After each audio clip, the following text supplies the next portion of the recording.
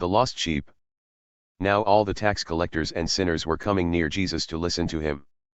And both the Pharisees and the scribes began to complain, saying, "This man receives sinners and eats with them."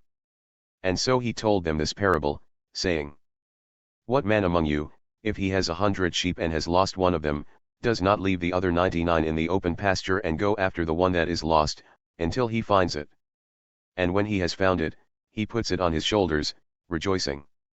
And when he comes home, he calls together his friends and his neighbors, saying to them, 'Rejoice with me, because I have found my sheep that was lost.'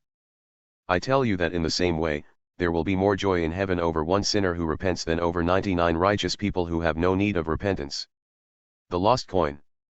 Or what woman, if she has 10 silver coins and loses one coin, does not light a lamp and sweep the house and search carefully until she finds it? And when she has found it, she calls together her friends and neighbors, saying, "Rejoice with me, because I have found the coin which I had lost." In the same way, I tell you, there is joy in the presence of the angels of God over one sinner who repents. The prodigal son. And he said, "A man had 2 sons. The younger of them said to his father, 'Father, give me the share of the estate that is coming to me.' And so he divided his wealth between them. And not many days later, the younger son gathered everything together and went on a journey to a distant country, and there he squandered his estate in wild living. Now when he had spent everything, a severe famine occurred in that country, and he began doing without. So he went and hired himself out to one of the citizens of that country, and he sent him into his fields to feed pigs. And he longed to have his fill of the carob pods that the pigs were eating, and no one was giving him anything. But when he came to his senses, he said, 'How many of my father's hired laborers have more than enough bread, but I am dying here from hunger? I will set out and go to my father, and will say to him, Father, I have sinned against heaven, and in your sight. I am no longer worthy to be called your son, treat me as one of your hired laborers.' So he set out and came to his father. But when he was still a long way off, his father saw him and felt compassion for him, and ran and embraced him and kissed him.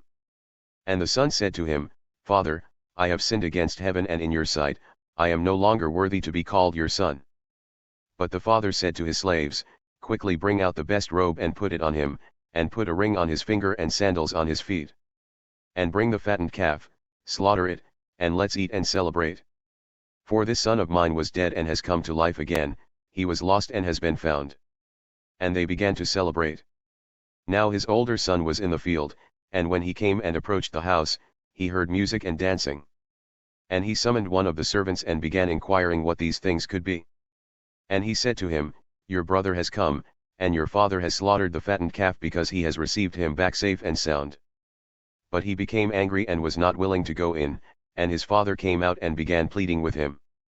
But he answered and said to his father, 'Look, for so many years I have been serving you and I have never neglected a command of yours, and yet you never gave me a young goat, so that I might celebrate with my friends.